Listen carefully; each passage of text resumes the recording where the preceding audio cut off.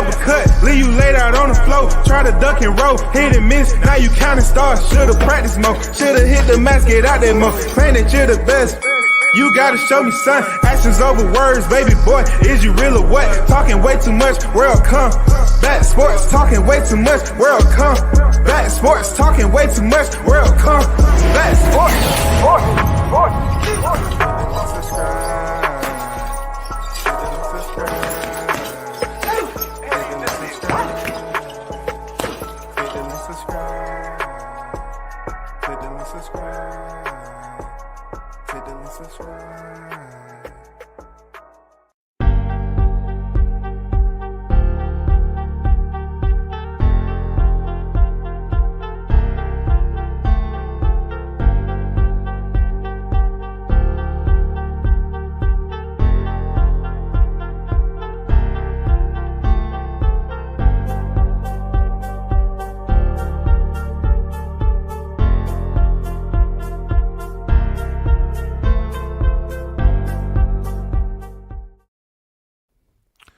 What's good, everyone? WCS back on the boulevard once again, man. You already know what it is. And for another hot one, you feel me? Of course, the biggest topic of the day is how Dmitry Bivol looked in his defeat over my guy, Gilberto Ramirez. First of all, give a shout out to the first in the building, Big Blunts and Boxing on Deck. What's good with it? And everybody else is tuned in. Shout out to everyone that support the channel, man. Donate if you feel free to. It's up to you. Dmitry Bivol, 21 victories and 0 defeats, 11 knockouts. Okay? The man has been on a tear lately. Okay? It's not like Gooch on deck. What's good? It's not like Bivol has been changing divisions or anything like that. It's just the way he's been looking in there against reputable competition. He's been looking very, very good in there against reputable competition. You know what I'm saying? So therefore, for somebody who holds one freaking belt, it proves, look, this proves that you can shine. It proves that you can shine against your opposition that's available to you. You can shine. You know what I'm saying? And he's done that. You know what I'm saying? He didn't fight a current reigning defending champion. He fought a former super middleweight champion. He fought a guy who was undefeated and has over 40 professional fights. It's the way that Dmitry Bivol is looking that has him in a position right now where they're placing him on the pedestal of hierarchy. You know what I'm saying? They're placing him at the top. They saying this man might be, top 5 pound for pound. And that's going to mix some things up. I'm curious to see how they're going to, you know what I'm saying? How they're going to make this happen. What criteria they're going to base this off of. Because truth be told, Gilberto Ramirez, even though he had a lot of fights, I mean, he's no different than a lot of fighters. Like, yeah, he was champion, but has he been unified champion? Has he been undisputed champion? Has he did anything that we would consider spectacular? Is he a phenomenon? You know what I'm saying? He finally moved up, and he was the bigger fighter in there at 175 tonight. Way bigger. I'm talking about this dude looked like a freaking cruiserweight in there for real. Like, I was like, damn, are you serious? This is light heavyweight? This dude has to be cruiserweight. Easy. At the bottom of the heavyweight division. But Dmitry Bivol, 21 victories, 0 defeats, 11 knockouts. With his experience, this guy's amazing to watch. I mean, obviously he's cut from a different cloth. Obviously he has that heart. It's not too much that you can say about Bivol you can criticize him for. Like, the way he fights, the activity rate that he gives you, the pace that he puts on his opposition, his selection of punches, what he decides and don't decide, how he's just able to stay right outside range. You know what I'm saying? Him and Shakur Stevenson, are mastering that right now. You know what I'm saying? It's just with Bivol, he's so meticulous. He lets 2, 3, 4 punches go. He makes you pay. He waits till you pull the trigger, and then he closes distance and let his hands go. And he's very, very effective with his target practice. We seen that tonight with Gilberto. He was very, very accurate, surgical, man. So Gilberto winning that fight, 44 victories, 0 defeats. He had 30 knockouts, y'all. I mean, I've said it time and time again. I interviewed this guy on several occasions. I like Gilberto, very laid back, easygoing fighter, tall, but he didn't have enough ring IQ, tenaciousness.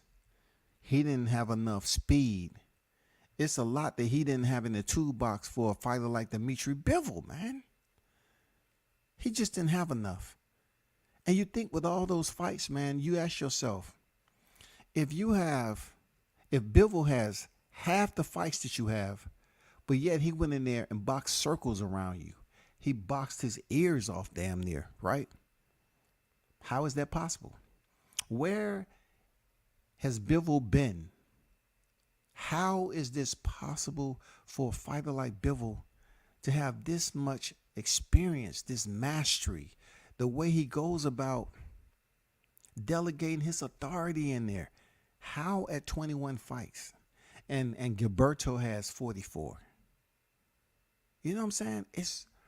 45 now, but dude, he took his first loss from a guy who had half the experience.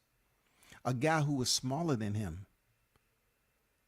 You know what I'm saying? This guy has proven that he can take on the cash cow in Canelo.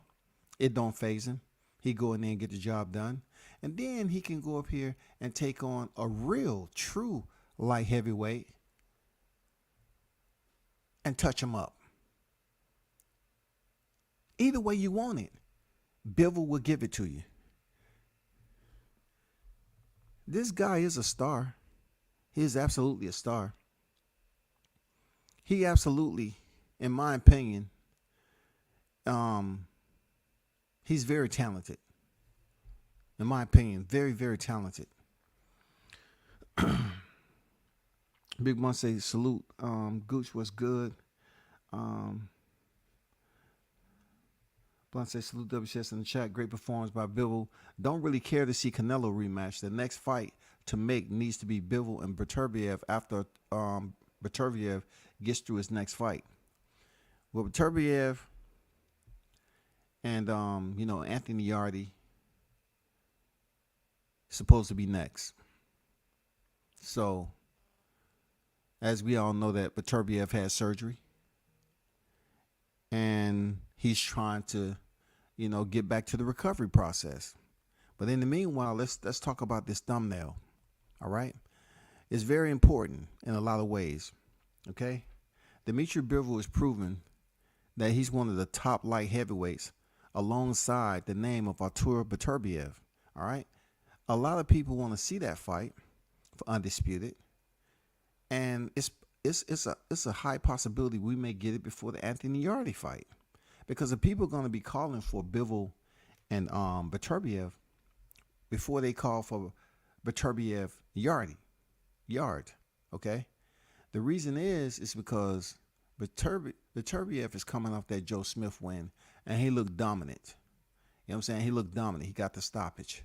Even though Bivol wasn't able to get the stoppage with Gilberto, he dominated him. Still, you take the knockout, you take the unanimous decision, and you put them two together as far as their performances, and they link up very, very well. I want to see this fight before Yarde. I want to see Anthony Yarde. He can take step aside money or something. But we need to see this Undisputed light heavyweight before anything else. It's just right. Beterbiev recovering from his surgery. And let's try to make this fight for 2023. Now, where does Canelo come into all this? Well, if you remember, Saul Canelo Alvarez fought. I believe he fought Dmitry Bivol back in May of this year, and he lost unanimous decision, and that was at 175. So post-fight, you heard the guys ask him. They try to always give Canelo the advantage, man. You know what I'm saying? This man just showed you he can beat a cash cow, one of the pound for pound best, and then he can go up here and defeat a guy who was much bigger than him. But the guy asked him, would you care to fight Canelo at his weight class for the belts, this, and this? He's already made it perfectly clear that his weight division is 175. His weight division is 175. These guys continue to try to push the envelope and try to get this man to commit to something when he's performing well. That's what boxing is. You can never forget the Jim Grays. You can never forget the fourth guy in the ring. The fourth guy in the ring, goddammit, is the post-fight commentator, the guy who's doing the interview. That is the guy who zips everything up and gives the fight fans something to go home with. And them trying to ask Bivol whether he want to come down to super middleweight or not is irrelevant. This man already beat Canelo at 175. Tell Canelo, just like they did Sugar Ray Leonard and Dunny the Blonde Lennon, have them fight at a weight where both sets of the titles are on the line. It's not impossible to do. You know, have them fight. You know what I'm saying? Have them fight and put their titles on the line. Period. Why does this man have to go down to 168 and he prove he can beat Canelo? Period. They weren't talking that talk with Floyd Mayweather. Floyd Mayweather beat him, and there was no more talk. You know what I'm saying? He wasn't ready. They trying to say Canelo was green. He had all them fights, but he was green when he fought Floyd. Canelo can't have everything his way. He's already getting a lot. He can scoop in, grab the duffel bag of 30, 40, move, go, disappear, appear again, another fight posted, about to scoop in for another 25, 30. You know, he can do that shit. But when it comes to this scenario right here, I hope Bivol really stands stern on fighting at 175. And I would definitely like that to happen, because I think Bivol would do him even dirtier in a rematch.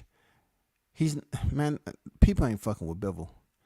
Man, these guys want to move up like Canelo and try to fuck with Bivol at 175. He's too strong, man. He's too strong, man. He knows when to take time off on the round. He knows when to let his hands go and put out a 4 to 6 punch combo. He knows when to do it perfectly.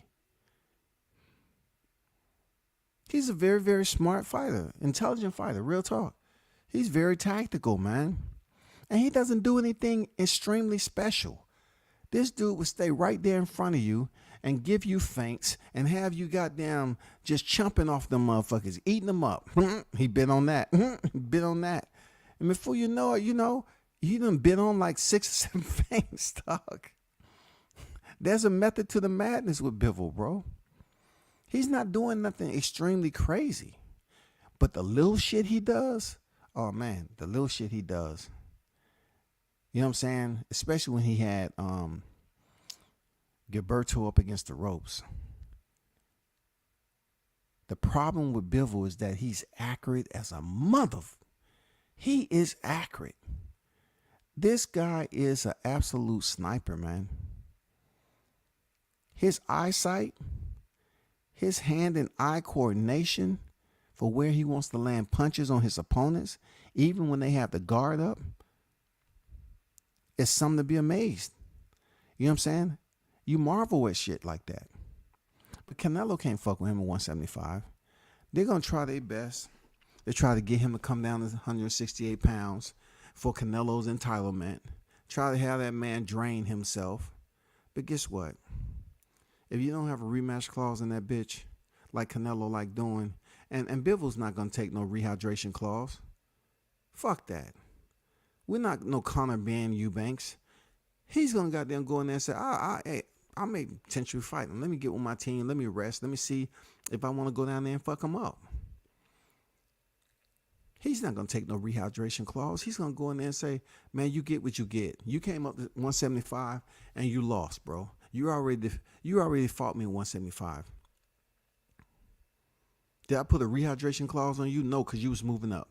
So if I move down for your belts, we ain't doing no rehydration clause. You take what you can get. I just beat Zerto, and Zerto looked like he was a damn heavyweight. So what is it? You good or you bad, goddammit? Don't waste my fucking time. Before that fight happened, if Canelo even considered that coming off surgery, I don't think he want that ass whooping coming off surgery. So I really hope the next fight for Bivol is going to be a Beterbiev. I want to see that fight. Give Yard his freaking step aside money. Because to be honest, I think Yard, it gets stopped by Beterbiev, man. I don't think that he's ready for that right now. I don't think so. I don't know, man. It's no part of me that it can give Yard credit. I don't think he's ready for that monster, bro. No, he's not a monster. He's a beast. You know what I'm saying? I got to put him in the beast category. Beterbiev, he's built different when it comes to tenaciousness. He's a beast. He has that switch. That's what's going to make him and Bivol so great. That fight is going to be amazing. That fight is going to be amazing. And people are really sleeping on these two names, man. They're really sleeping on this division. You got two very, very good fighters that can unify possibly before Terrence Crawford and Errol Spence. And it's going to pick up steam if this is the next fight in 2023. They should definitely have an undisputed. They should definitely have an undisputed at 175. First thing 2023. I'm talking about whenever they get around to it. But I doubt it's going to happen. I doubt it. I don't know. Because Canelo's coming off surgery, so I know he's not going to be in line for anything. And then Beterbiev's coming off surgery. So depending on how extensive it was, is around about when they will make that fight. I like Yardy, cool dude. But I don't know, man, if he wants the Bivol smoke like that. He wants the Beterbiev smoke. No. Dude. Look, Bivol really does nothing fancy, man. When you want to talk about fundamentals, he gives you everything that you want. He gives you activity. You know what I'm saying? He gives you discipline. He gives you the entire thought process on what he's seeing in front of him for whatever data he's collecting. He fought a southpaw tonight, and you couldn't tell. You couldn't tell. You could not tell. Every time Gilberto wanted to throw that down left hand, man, he zapped him with 3 or 4 freaking punches, man. And Bivol just don't throw punches just to throw punches. Like I said before, he has pinpoint accuracy. And when he throws his power shots, they are very tight, compact, and they get to the target expeditiously. I ain't gonna lie to you. This dude doesn't do a whole lot of fancy shuffling and doing all this shit. He gets straight to the motherfucking point. And his cardio is pretty damn good. And he's a strong fighter. One thing I didn't see a lot in this fight was, clinching. A little dirty boxing on the inside. Bivol never allowed that to happen because every time they got close, Gilberto will put his guard, shell up a little bit. And then, periodically in pockets, he would take some shots before he actually tried to get off the ropes. But I know there's a distinct difference in hand speed with these two. I don't know why Gilberto looked so damn slow tonight. Like, it was almost like he was hitting the bag and doing drills in the gym. I was like, I'm waiting for him to deliver some really solid hooks to the body. Like, I want to see some motherfucking wasabi on that motherfucker. I just didn't see that. I don't know what was going on with him, bro. Did they rehydrate? I mean, what they more than likely they shouldn't have to rehydrate. Crazy, because he moved up from 68 to 75. Goddamn. He already had a fight at 68, didn't you? I mean, at 75. I don't know, bro. CMD on deck. What's good? Bivol's timing is on point, and Ramirez never faced a boxer with great timing like Bivol. Never, never. This guy was pinpoint accurate. Liked it. Andrew on deck. What's good? Salute W says salute to you, Andrew. Bivol's smart in the ring. He's very, very educational. That is a student right there.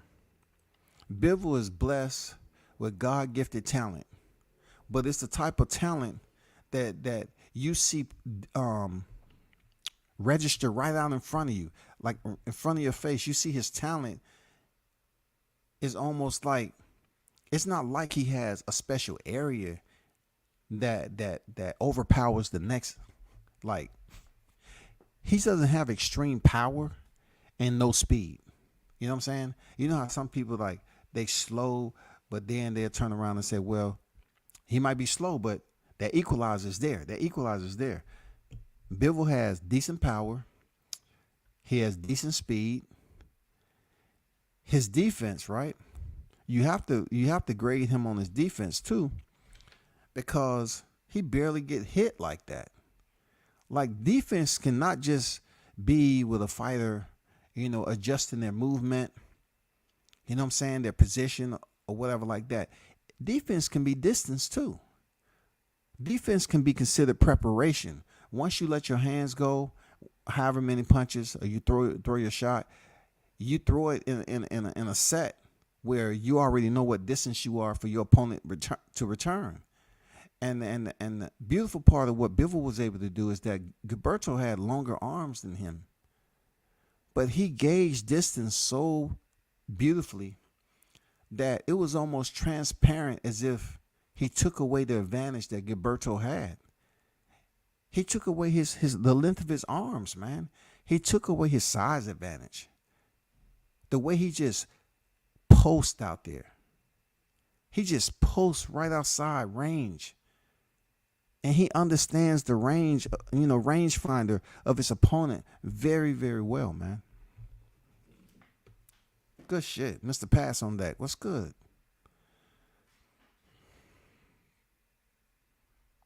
He say, I don't think Yard goes 6 rounds. It's funny you say that, because that's what somebody else just told me today. They don't think he gets out of 6 rounds with Beterbiev. For real. And that can come quick in a hurry. Getting out of 6 rounds don't mean it goes to the 6 rounds. Not going 6 rounds mean he can get stopped in 2 or 3 rounds. You know what I'm saying? 6 rounds is just the measuring stick, like the bar. It's like the demarcation line that you put up there. You know what I'm saying? I don't know. It's gonna be tough. It's gonna be tough. Beterbiev coming off knee surgery might be good to see where he's at against Yard. Yeah, it might be. But for Undisputed, that's a much more entertaining fight to me. Undisputed. Beterbiev makes an example out of Yard, and then let's get the Bivol matchup cooking. We have to see where Yard at. Like I said, when I asked him, he said, I'm not out here scouting. I'm next. All right, cool. He's next. So after seeing that Joe Smith annihilation, hey, he's next in line. So if that's the case, if he's next in line, then guess what? We probably won't see this fight for Undisputed in 175 pounds to the end of 2023. I think Bivol can go right now. Yardy is not injured. So really, Bivol Yard can go somewhere in April, May. You know what I'm saying? He didn't take no damage this fight. Never came even close to taking damage. You know what I'm saying? I'm about to start calling Bivol Mr. Clean. That dude don't get marked up and barely anything. I'm about to start calling him Mr. Clean. You know?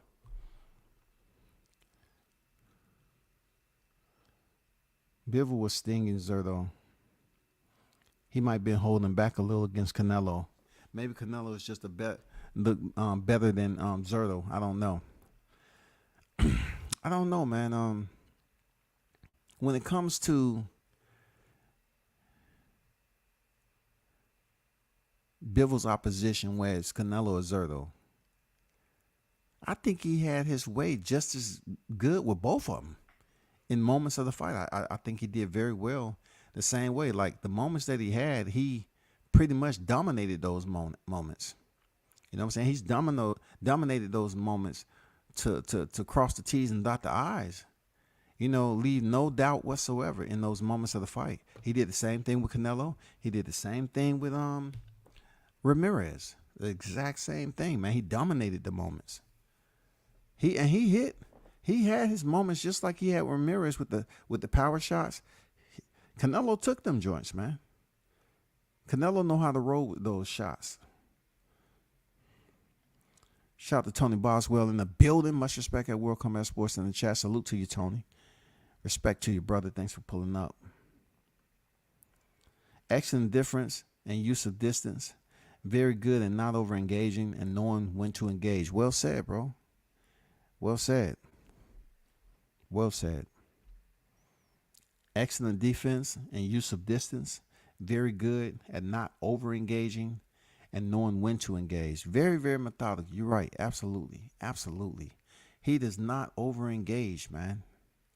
He does not over engage. He does not stay too long.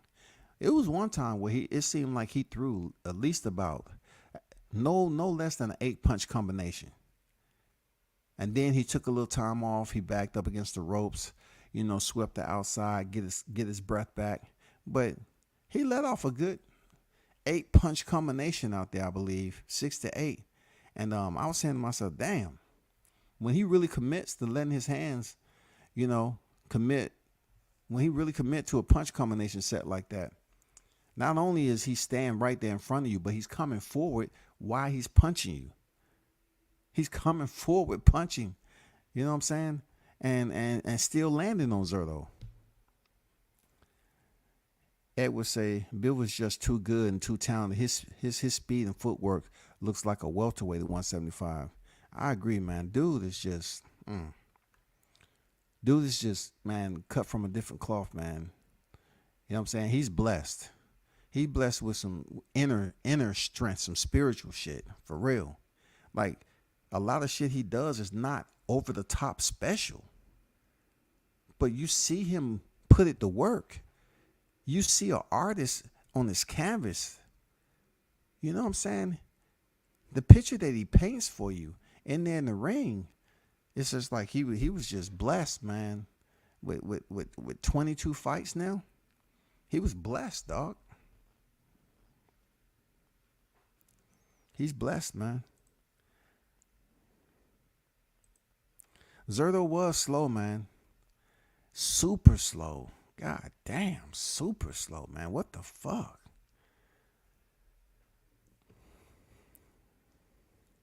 Oh, man, they call him the Mexicutioner. They calling him the Mexicutioner. Oh, my God. Good shit, dog. The Mexicutioner. Because, look, Bivol did give him the Mexican style.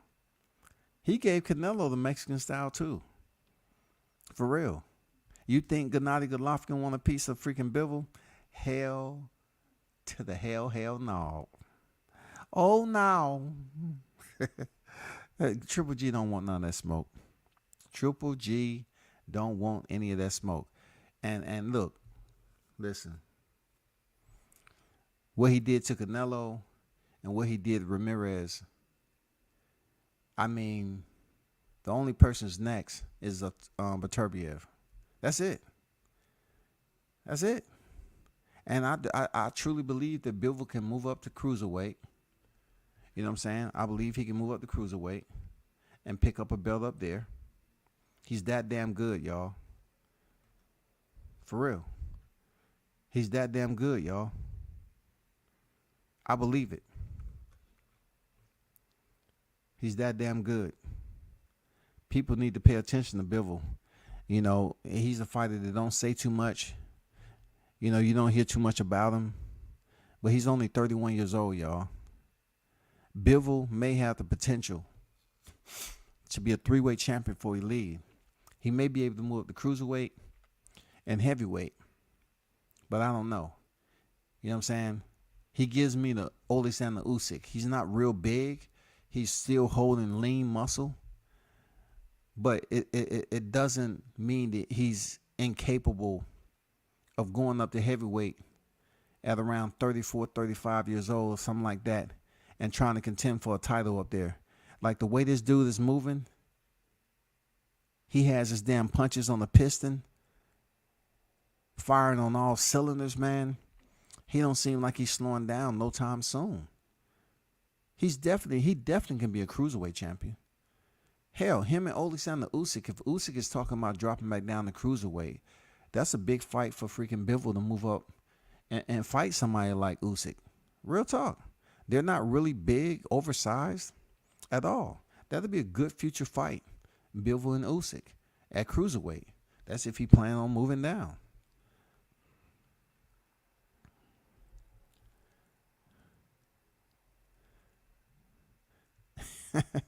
He says the Mexican fans. Damn, the Mexican fans throwing their own fighters on the bus, man. They ain't gonna give Bivol that Canelo love though. They're not gonna give him the Canelo love. Bivol, patient fighter, not gonna bait him into a position he doesn't want to be in. I thought he might stop Zurdo in the 12th round. Bivol walked Zurdo into a lot of punches after the 5th. And Bivol outworked Zurdo, made him look average in my opinion. He did, man. He made him look super average. Like he made him, every time that he was thinking about throwing that left hand, he made him pay for it. And the times that he did have him in trouble, it seemed like he could have stopped him, man. Like, give it up for Zurdo for having a pretty decent chin. Real talk. He had a pretty decent chin, but to be honest with you, he looked bad. Bivol made him look like he was average, just like Tony said.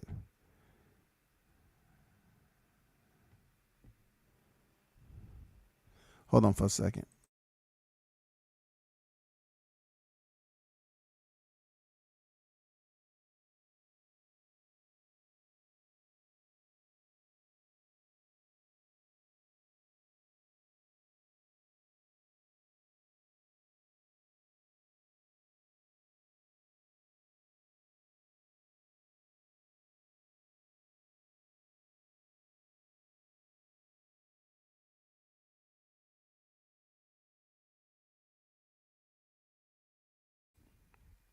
Okay.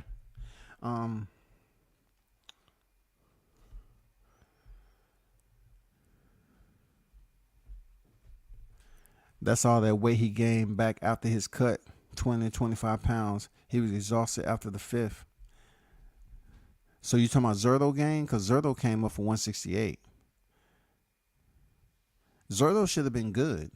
Like if he was cutting that weight to be a 68 and then moved up to 75, he should have been good unless he kind of lost it in between fights. You know what I'm saying? I don't know. I don't know. But Zurdo fought twice this year, bro.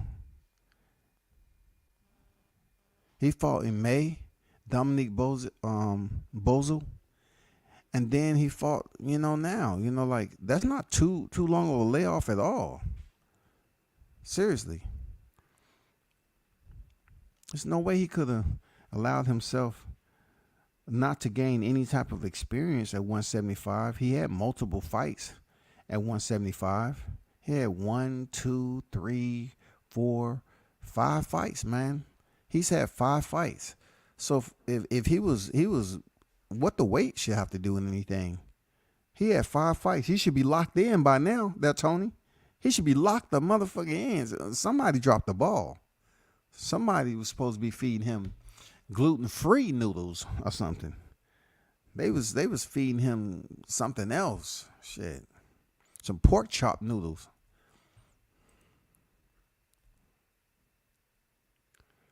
Yeah, Triple G better stay his ass goddamn far, far away and talk to Abel Sanchez. Hey, Abel, hey, how you doing? I know we haven't talked since I fired you, but hey, what you been up to, man? I just wanted to ask you, do you think I should take that Bivol fight? Hell no. You get your ass beat, son. Agree, he could dominate cruiser, And I hear people talking about David Benavidez, but I think he beats him too, and easily. But I think David is just another PBC hype job. This is what I think about Benavidez, right? With the fighting style he has, squared up in front of somebody like Bivol, who pretty much knows how to shoot expert at close distance. His pistol game is on point. Bivol's pistol game, close distance, is on point. That's going to be the demise of David Benavidez. David Benavidez love unloading the clip on the inside, but he's too big of a target. He doesn't know how to keep distance. Benavidez loves just coming forward, and he's squared up shoulder to shoulder. He has the entire frame there for Bivol to hit. And the freaky part about Bivol, he doesn't need like your whole frame to do work. It's just going to be there for him to, use his target practice. It's just the fact that David don't move his head. You have to have some defense with Bivol. You have to have some defense with Bivol, bro. You can't just come in there and square up in front of him and think you're going to, overpower him. Did David just see what happens to Zerto? Do you think size is going? Hell no, size ain't gonna be a thing. Look, I'm calling it. If I know he has Plant coming up, but if he steps in there with Bivol in the next 2 years, it's gonna be nuclear. It ain't gonna be good. That guy has beaten a fighter that was much bigger than him, and he's beaten a fighter that's supposed to be more talented and more skilled than him. And you know what I'm saying? The bigger cash cow name in boxing. He's beat him too.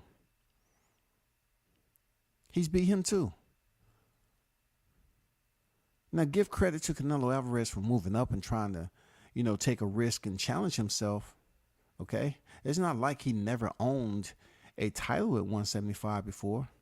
But Bivol was indeed one of the top elite at 175. He's proven that. He beat Canelo Alvarez even when they was trying to rob him of the motherfucking fight. He beat him. And then Zerto comes up there and just looked like goddamn Jarrell Miller. And he beats him too. I mean, effortless. He came to fight 215. Jeez. 205. Okay. Jesus. I was just about to say 215, goddammit. Ooh. Almost 30 pounds to be exact. 28 pounds is what they said while Zerto was walking in backstage. Damn, dude. Light heavyweight is 175. And you up here sitting at 205. What were you thinking, bro? That was a big reason why you was looking like a turtle with 3 legs and 2 shells and have damn asthma. That's why you was looking that damn slow, bro. Come on, man. Go back and watch and listen to what they say about how much he was coming into the fight tonight. Okay, for sure. I'm going to check that out. I still have the, I just drop over there to the zone. I still have it up. I got Bivol versus Beterbiev, 50-50 in my opinion. Has the fundamentals to beat Beterbiev. That is a 50-50. Real. I can't see him going in there just having his way like he's had with Canelo and Ramirez. I don't see him doing that with Beterbiev. I see him being much more of a skilled boxer. And then I see Beterbiev is much more of a brawler brute type of fighter when it comes to the power and strength and everything. But one strange denominator. Both of them have their own type of killer instinct. You know what I'm saying? You see it more coming from Beterbiev. When he's on kill mode, you know he's on kill mode. You can see it. His body tells you that, his activity, his action, how aggressive he is. It seems like he's on kill mode. Then you see the cool, calm assassin, Beterbiev is on kill mode, but you can't tell it from his expression. You can't really tell if he's on kill mode. You just see it. You just see it play out. Like with Beterbiev, you see his face. You see the, you know what I'm saying? You just see the body mannerisms, how physical he get. But Bivol does it a lot more proper. You know what I'm saying? He's a low-key assassin. You know what I'm saying? Barely any facial expression changes from him. But you do see him pick up and start to delegate that arsenal. He's very lethal in his assault, man. Both of these guys have kill modes, man. Both of these guys are tenacious in their own right. So we definitely want to see that fight. And Canelo's going to have to do what Canelo does. Come off there and please, let him fight a tune-up, because, we won't want him to come off and take too hard of a fight. Okay, give him a tune-up. Call Avni up. Okay, call back up Avni. All right, let him come in there. They love Avni. Call up Avni. You know what I'm saying? Call up Yildirim, put him back in there and shit for a tune-up fight. Get another paycheck, and then go back into retirement. And then in 2024, we can see what Canelo wants to do. But truth be told, I would definitely want to see him fight Benavidez before he, you know what I'm saying? Before he, fights somebody else after his tune-up. But for the thumbnail, though, I love it, man. You know what I'm saying? Canelo's out with the knee or whatever he had to get worked on. And I just see the future fight right now in that division is definitely for undisputed. And then Anthony Yarde, as cool as he is, good dude, I don't know, bro. I don't see his killer instinct like I see in these two guys. I don't see it in Yarde's fights. I don't see it, man. I don't see his killer instinct. Can a fighter improve? Of course they can. But, having seen both Bivol and Beterbiev, it seems that the luggage is a bit heavier. When they crack that motherfucker open, they have an arsenal that Anthony Yarde haven't quite went to the shop yet. He haven't special ordered that shit yet. He has to special order that shit when these guys already have it. They already have that motherfucker. They have those types of weapons already. You already need to order them and then get used to on how to fire them. You know what I'm saying? How to operate them. He don't have those type of guns. He don't have that type of mentality. He's going to need every bit of it to step in there with these two guys right here. It goes without saying. Hell yeah. Hell yeah. I'm looking forward to that fight. Hell yeah. He said you're looking forward for Estrada and Chocolatito 3. Yes, I'm definitely looking forward to that.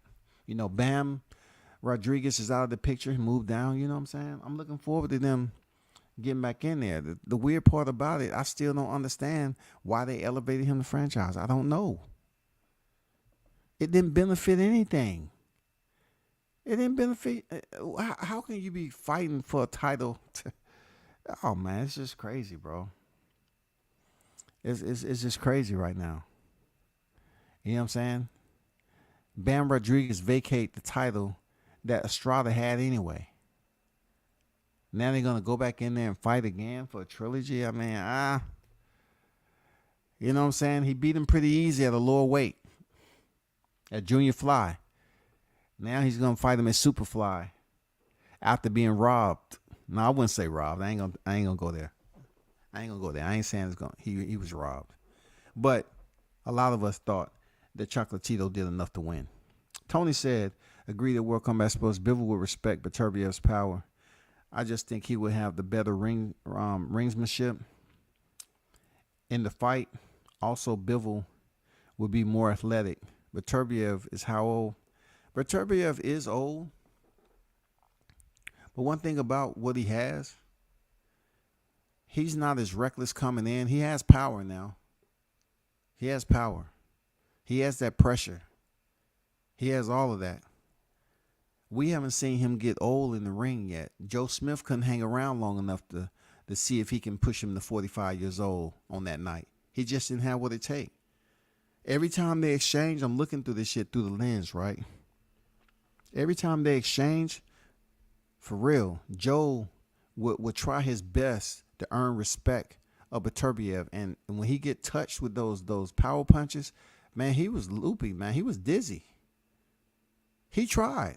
And once he would clear his head, it was a time when it seemed like they was going to stop it. They said, okay, all right, this is the main event. Joe, I'm giving you a little bit of time, man. I'm not trying to stop it early. The people want to see a fight. Joe would try to go back in there again. Boom. Let his nuts hang. Boom, boom, boom, boom.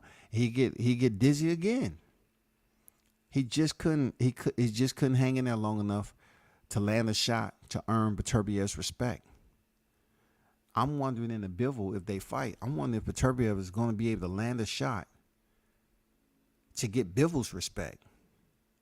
Because Bivol can agitate you a lot. Like, if you think about it, he can just stay right outside your range. Don't do too much special. You keep on missing and missing and missing. He's very slick, man. Very, very crafty fighter. Real talk, very crafty.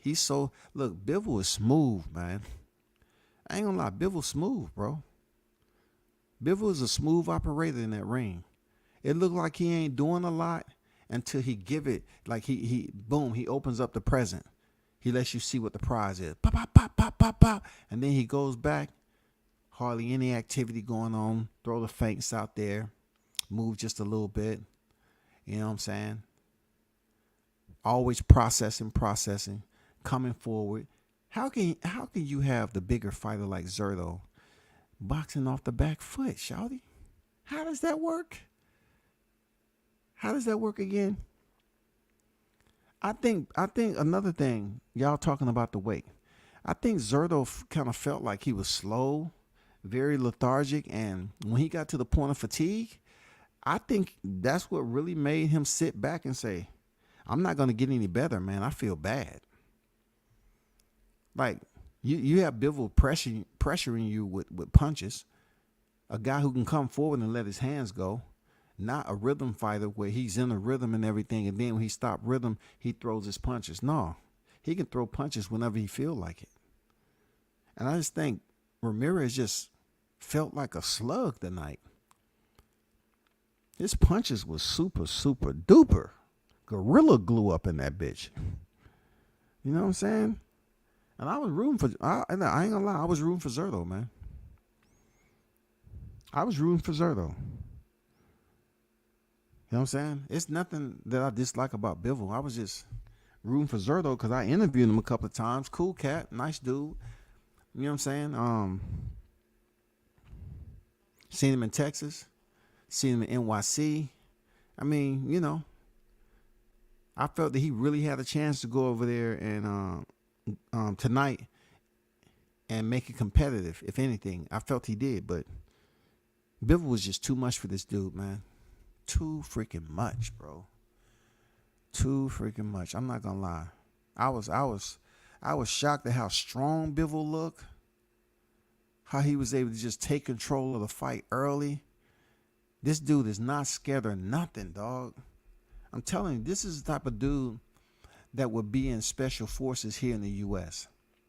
Like, Bivol is the type of dude that he doesn't give you an overimposing type of presence.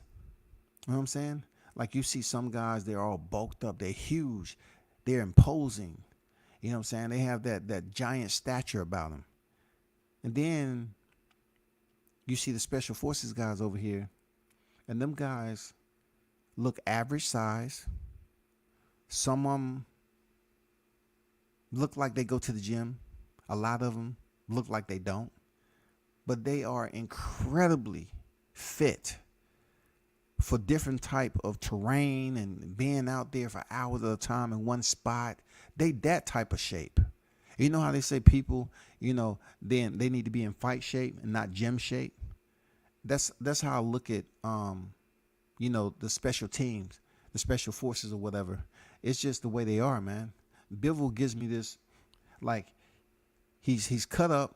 He's not overly big, muscular, but he has very, very good strength. He's physically strong. He doesn't act like he's a jock. He's not winding up with his power shots, throwing that overhand, you know what I'm saying?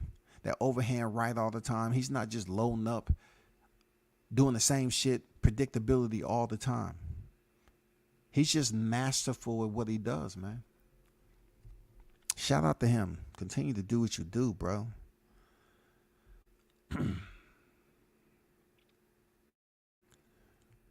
Shout out to Coach Malachi in the building, man. New media today, USA Boxing. Man, shout out to Coach for doing the damn thing today with the fight party. You know what I'm saying? Salute to you, Coach. Continue to grow. Yeah, man, Bivol beat Canelo and Zerto within 6 months. Damn.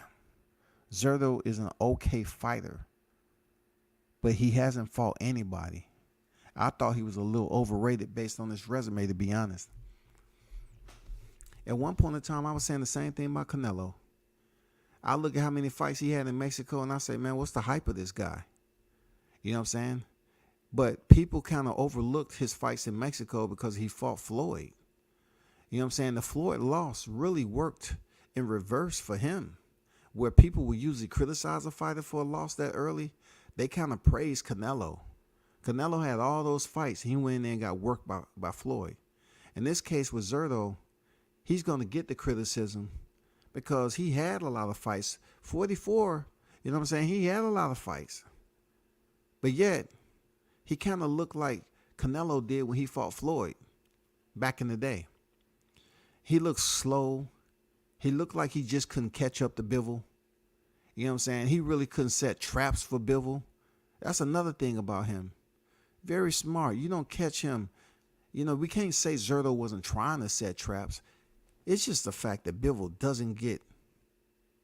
He's never placed himself in a vulnerable position to be trapped or to be, you know, in a situation like that. But you're right, Coach, man. Like, yeah, you can look back at his resume for sure, man. You know, you can look at his resume and we're talking about somebody who's 44-1 right now with 30 knockouts. And you look at his resume, he has Bozo, Gonzalez, Barrera, Lopez, Karpinski. Look, Hart, Jess Hart. Let me be careful about Jess because there's a lot of people that got Jess Hart back. I know it. I know it. Good dude. I got it. But he has Jess Hart on his record. Angulo, Ahmed, Jess Hart again. Okay.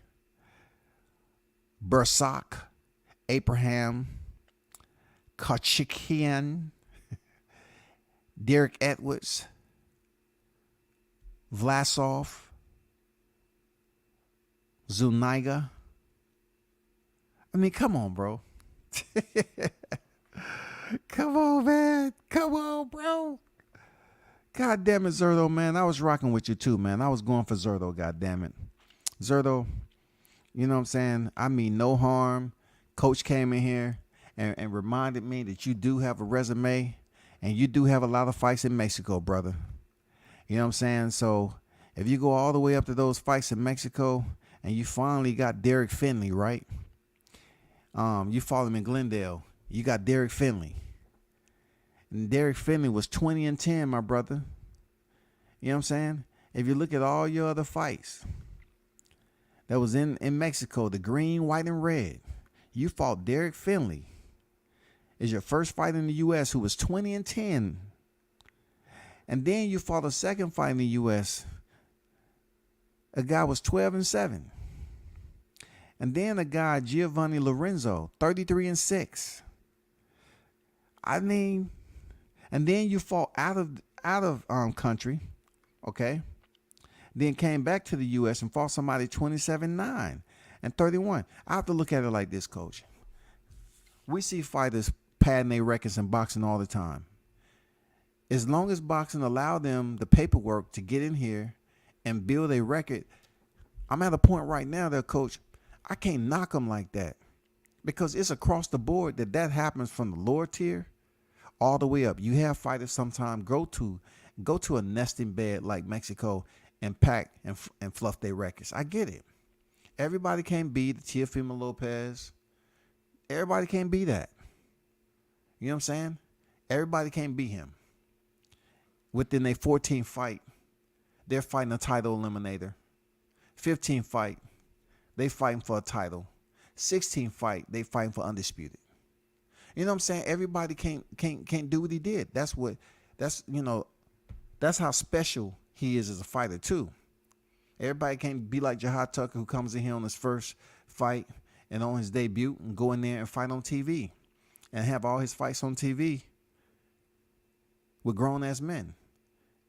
And he's a teenager. You know what I'm saying? Just like Xander Zayas. Xander Zayas fought like 6 times or something like that in 2021. Crazy.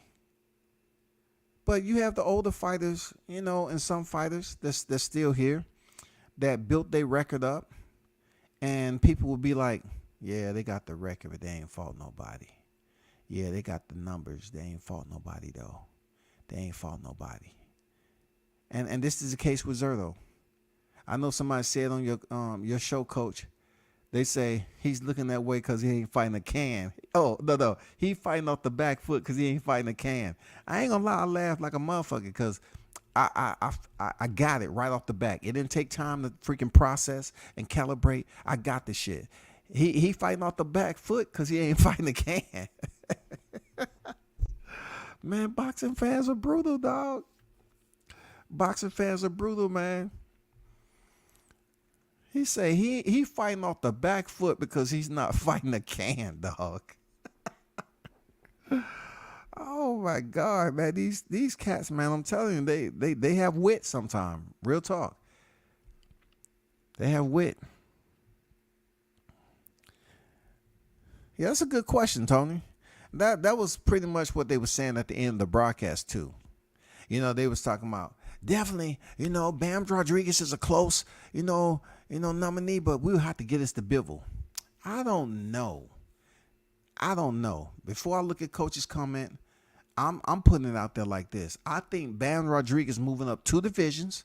I have to give him his props. Moving up 2 divisions now for a title shot. Not only winning it, hold up, wait a minute. Not only winning it, but defending it. He defended, stops the guy who has way more experience in that division than he do.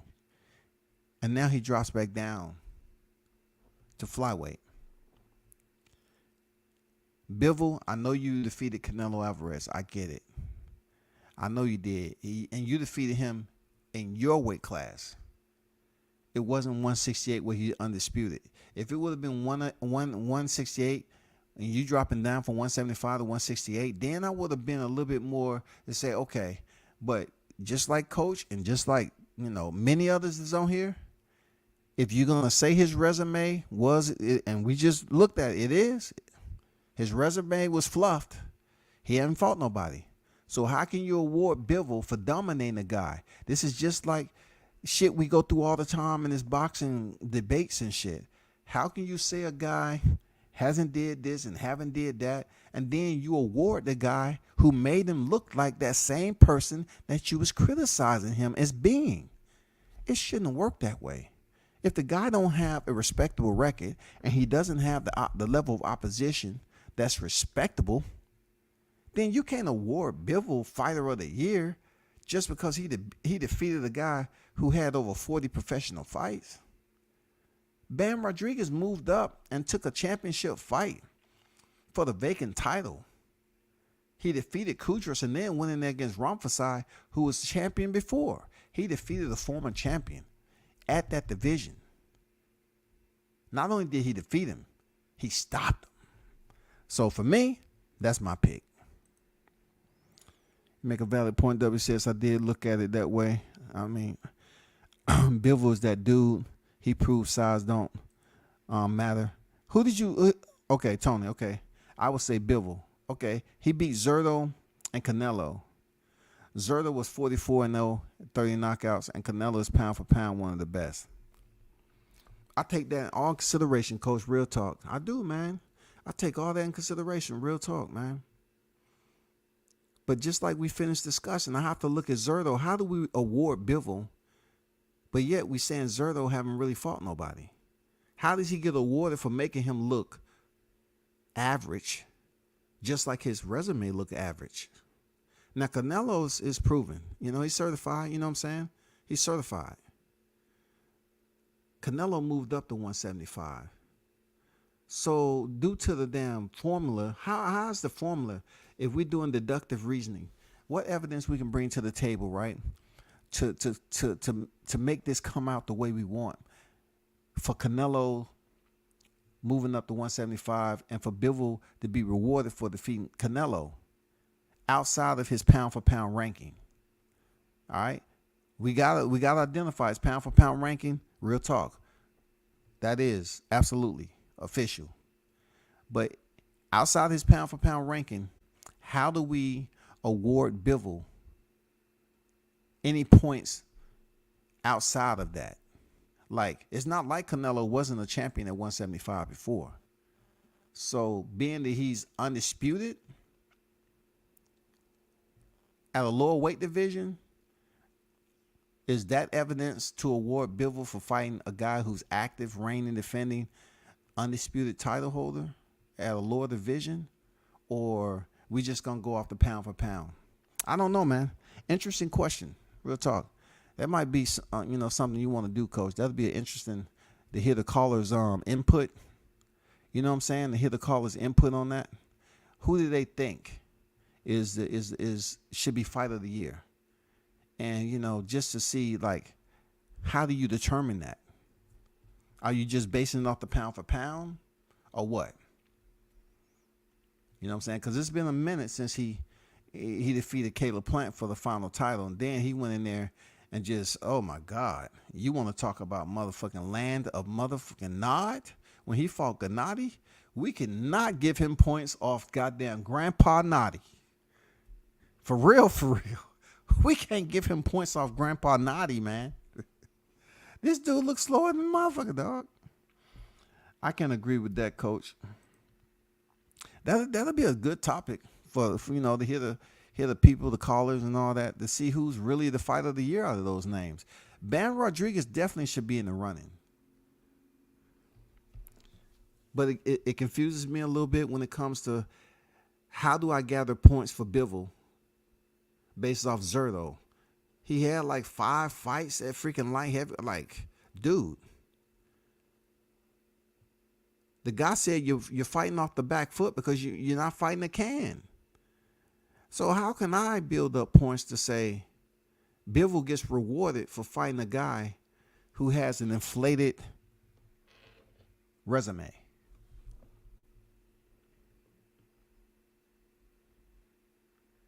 Damn good question, man. Damn good question. Shout out to Pop on deck. How you feeling, brother? Damn good question, man. For a later day, definitely. Like that. That's a damn good question right there, man. You know what I'm saying? Who should be fight of the year? You know what I'm saying? Does Canelo, his everything he's been able to accomplish, his mantle of achievements, his portfolio, even him moving up and currently reigning undisputed, is it enough for Bivol to get the pass, to check in the box, to say he defeated the pound for pound and current reigning defending active super middleweight undisputed champion? It's almost like Canelo will be the only points that Bivol received if we're trying to give him fight of the year. And then I'll have to look at this too. Canelo hasn't been undefeated for a long time. Dmitry Bivol was undefeated with goddamn a quarter of the fights, damn near. Half of the fights. You know what I'm saying? Bivol is defeating guys that's way more experienced than he is. So you have to like the only points he can get is off Canelo. But Bam, he's getting points off moving up 2 divisions. He moved up 2 divisions. Unlike Mikey Garcia, he was able to go up there 2 divisions and win. He didn't defeat anybody that was, considered a big name, but Kudras, respect to him. He does have experience with some of the names up there. He defeated him. But Rangfasai is where he gets points. You know what I'm saying? That's interesting. That's real interesting, man. That's real interesting. You know what I'm saying? That's real interesting, man. I think Tony dropped that question, right? That's an interesting topic. You know what I'm saying? Because there's not too many people that you can put in the running for a fight of the year. Like, it can't be Crawford.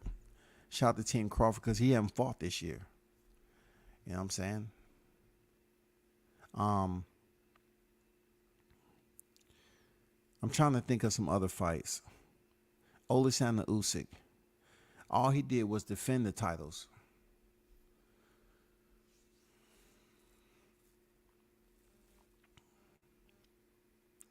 Who else has did something spectacular? Shakur Stevenson, they're not gonna give him fight of the year because he lost his belts on the scales, which has nothing to do with his fight and him defeating Oscar Valdez. You feel me? Has absolutely nothing to do with anything. Spence. I don't know if they're gonna give him anything close to fight of the year defeating Yordenis Ugas that had multiple losses already. It's almost like that's automatic for him to go in there and get that win. So they definitely can't give it to Spence. Jamel Charlo, he can have a run-in. You know what I'm saying? You gotta give him his props, man. Like Jamel Charlo, becoming undisputed, defeating Brian Castano, who really haven't developed any type of freaking prestige. He beat Patrick Cicero. Okay, kudos. But they went to a draw in the first fight. And then he was stopped in the second. Jamel Charlo, he'd get a little bit of points off that. But was it as spectacular as what Bam did and what Bivol did? Nah, it wasn't. It wasn't. Damn good question, man. Very, very good question, bro. Very good question. I want to check something out right quick. I got a question for y'all. I got a question. Maybe y'all can help me answer this.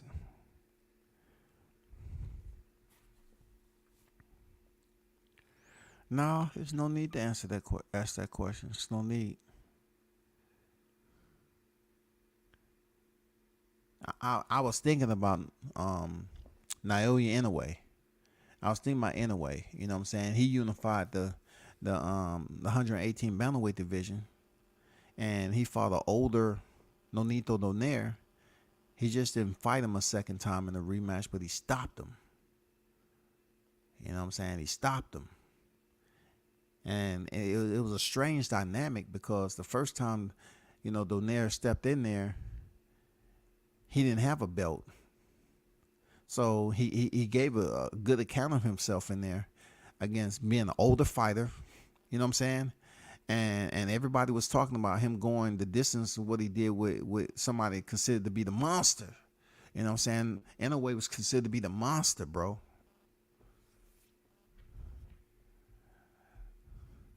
Will Inoue be in the running? You know what I'm saying?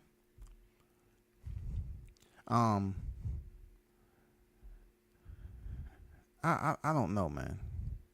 Because him taking Nonito's WBC title and knocking him out in the second round, and Donaire's a much older fighter who he already had a win over via unanimous decision. I don't know if they're gonna, give him extra credit for that shit. Because when you go in there with a fighter for a second time, it does have to be, the ante has to be up. You have to up the ante. And that's what happened, so to speak, sort of, kind of, with Inoue. He was able to go in there a second time and now fight Nonito Donaire for a title instead of just, defending his titles. So he was able to scoop up the title. They gave Donaire the opportunity to go over there and fight O'Bali. He got it done, went back over there, and Munster stopped him in 2 rounds, crushed him.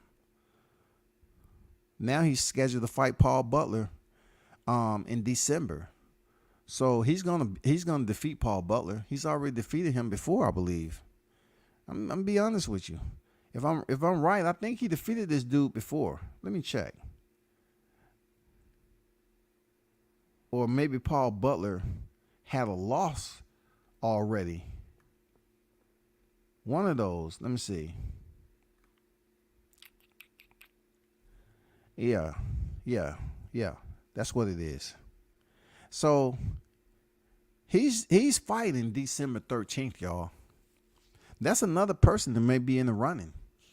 Serious. This is another person in a way. I knew it was somebody slipping my thought process, but in a way may be in the running for Fight of the Year too, because he's about to fight for undisputed bantamweight, and then may potentially move up to 122 super bantamweight. So I'm taking him to beat Paul Butler. So he may be in the running too, y'all. You know what I'm saying? He may be in the running too, bro. Don't say I didn't tell you. That's who I was trying to think of. Naoya Inoue. He's definitely going to be in the running for Fight of the Year, bro. He is a 3-division world champion. Seriously. You know what I'm saying?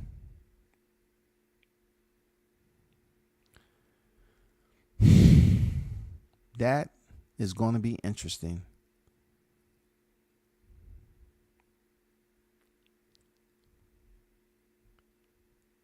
Yeah, that's going to be interesting. He becomes undisputed. He's going to be the sole proprietor, I think. Let me check one other thing, though. Let me see. That question just has, I mean, that was a damn good question, man. Like, I kind of brushed it off just a little bit at the end of the telecast because I wasn't really caring or whatever. I was going to touch on it a little bit later, but it's a really intriguing topic because you got to put a lot of criteria together. It's not like that's the criteria they're going to use to determine the Fight of the Year, but as content creators and as boxing fanatics and stuff like that, you can look at it like, hey, you know what I'm saying? That's very interesting. Josh Taylor's out of the running. So I was really trying to correlate all the people who either unified or have the potential to become undisputed in 2022, this year. You know what I'm saying? We thought we might see the heavyweight, but that ain't it. We definitely not going to see the flyweight, any of that shit. We definitely don't look like we're going to see the super bantamweight. Definitely not 126. Definitely not 126. Definitely not 130. Those belts just got dispersed. You know what I'm saying? You got Hector Garcia down there chilling and some other people. 35 is very, very interesting. You know what I'm saying? The reason being is, the reason why I say 135 is very, very interesting, because you have Devin Haney, who is the legitimate, certified, undisputed titleist, okay? But the one thing that about Devin Haney is this. I'm not sure is he going to get the respect to be thrown since they then, like he gave up the ring or whatever. It definitely won't be him on there. That's why I say him for last. Like he's not gonna get the nod. Now, unless they make up behind the scenes and they become cordial, you have to look at it like he defeated Kambosos fair and square. But was it enough for him to be in Kambosos' backyard, pick up the titles, defend them in the backyard? That's a lot. That's a lot of freaking points right there. That's a lot of points, but it's Devin, and he don't really have a healthy relationship with Ring, man. You know what I'm saying? That's why I can't see him getting that nod. I definitely can't see him getting a nod before Bivol, and bam, unless they totally shock us, because people actually like them. You feel me? People actually like them. They're not going through any drama right now, whatever.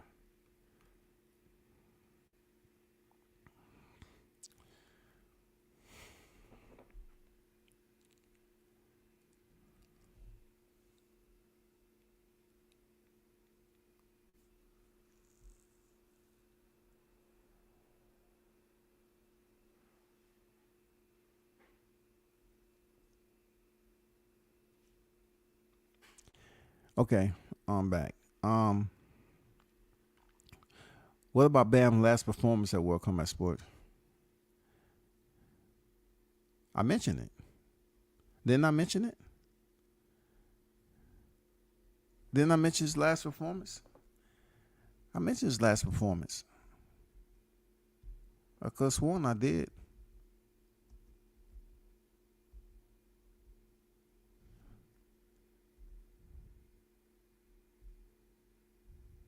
I mean, what you want to know from his last performance? I could have sworn I mentioned that, though.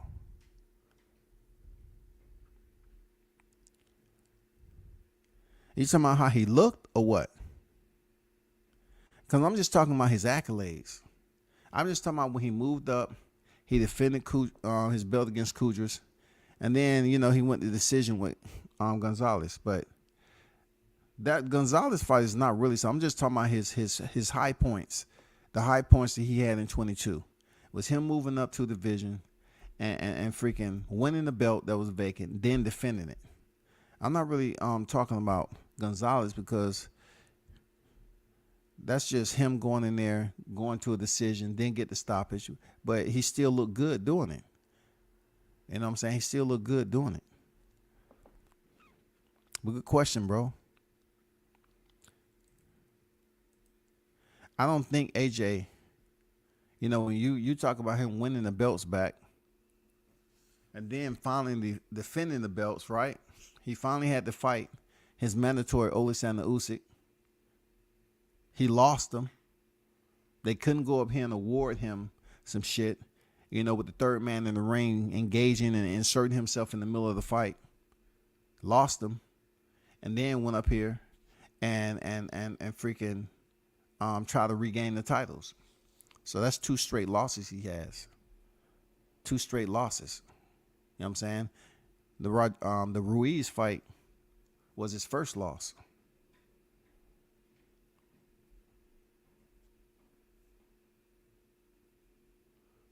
So the good thing about it is he was on the cusp of becoming a 3-time heavyweight champion if he would have got his belts back from Oleksandr Usyk. But being that he lost his belt to Ruiz, got him back in the sands, and you know, that's his 2-time, right? And then he goes in there and loses his belt to Oleksandr Usyk, and he failed to get him back. Hey, that's just 2 straight losses for him, not 3.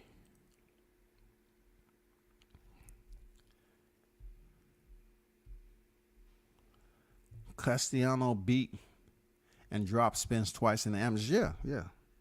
Had to act like Spence fans would for a second. For real. You know what I'm saying? For real, right? Appreciate you, Coach, for pulling up. What's going on with Josh? Oh, nothing ain't going on. I mean, he scheduled a fight.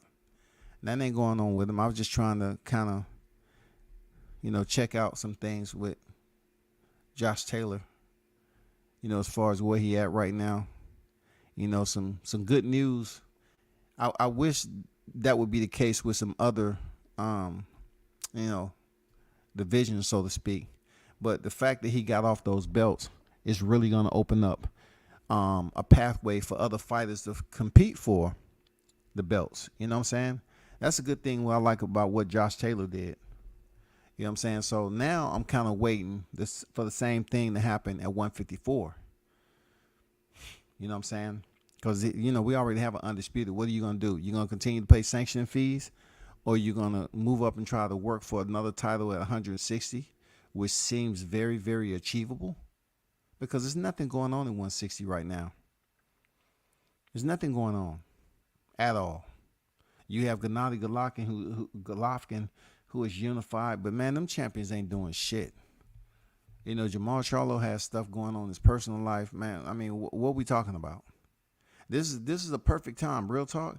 This is the perfect time for Jamal Charlo, if he's not gonna fight Bud, to move up and fight Gennady Golovkin.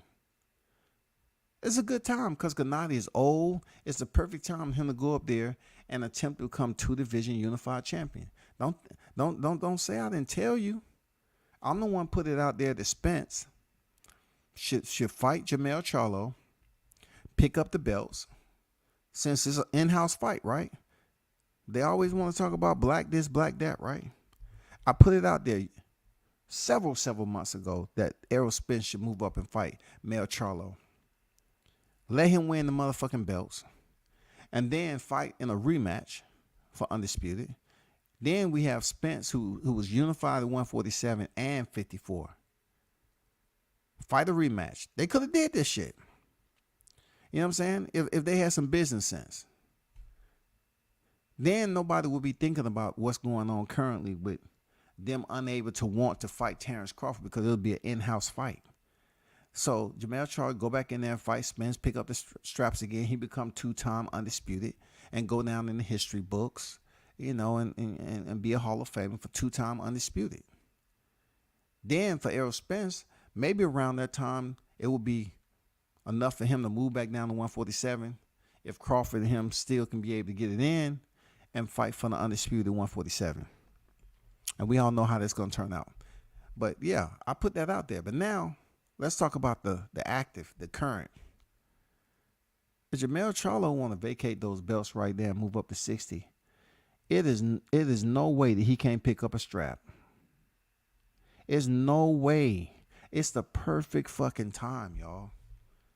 After the way Gennady Golovkin looked against Canelo, it is the perfect time for this dude to go up there and fight at 160 and pick up another strap. He would surpass his brother. Come on, bro. When are they going to move up? Look, when are they going to do something with Erislandy Lara? Like, he's a WBA regular. You got Gennady, the WBA and IBF unified. And then you have Janabek at WBO. And, of course, Morrell Charlo at WBC. It's nothing going on up there, bro. The good thing about it, he can jump the line as a 154 undisputed and go up there to 160 and fight.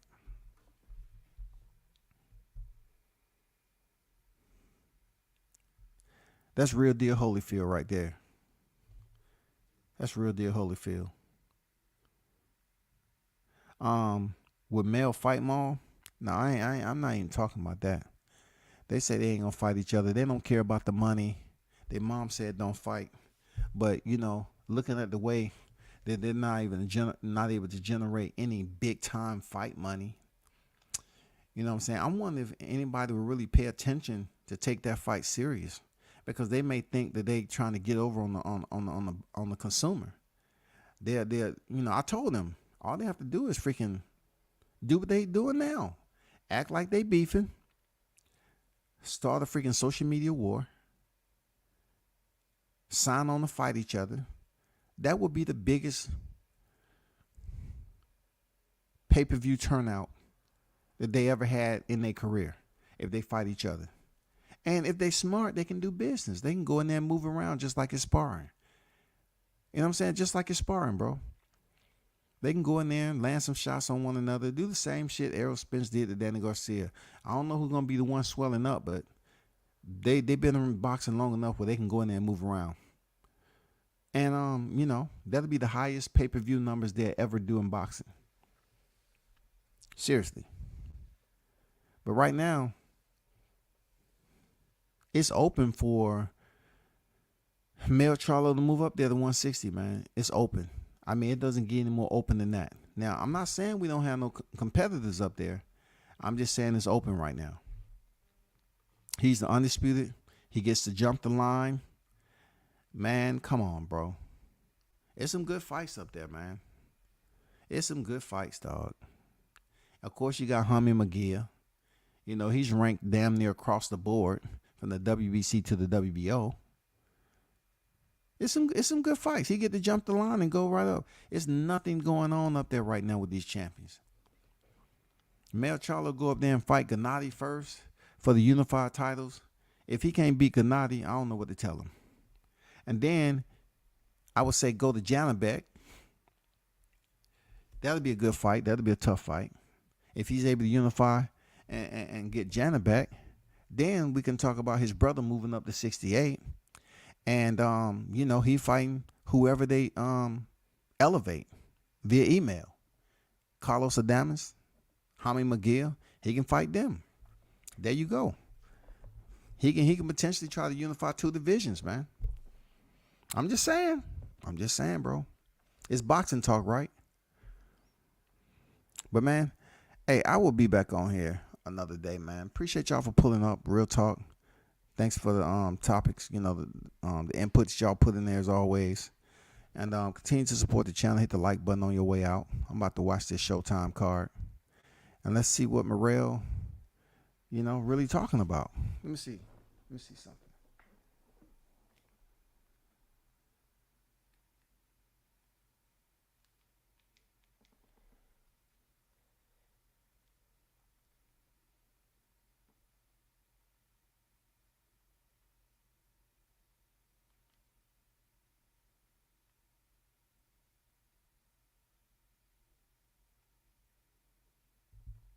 Okay, my boy Jason Rosario on deck right now.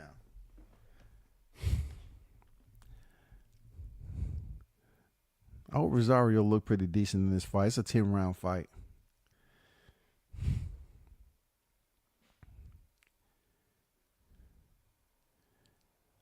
Mendoza trying to load up on that overhand right. He trying to get Jason up out of there, being that he's seen Erickson Lubin stop him. You know what I'm saying? He's seen Charlo stop him. Good inside left hook by Rosario. They banging out on the damn inside. And they also asked Rosario, was he planning on standing this way? He said no. He was planning on moving back down. Let's see how he looks up there, though. He seemed like he bowdy. That was a nice counter right. Why Mendoza was going to the body. Let's see, can Rosario shake some shit up tonight? Because I know anybody who coming in there and seeing all them knockouts Rosario has on his record, I know what they thinking. You know what I'm saying? They thinking that, hey, he's food. You know? Appreciate y'all, man. We should do it again. You already know. Turn up and tune in to World Combat Sports. I'm out.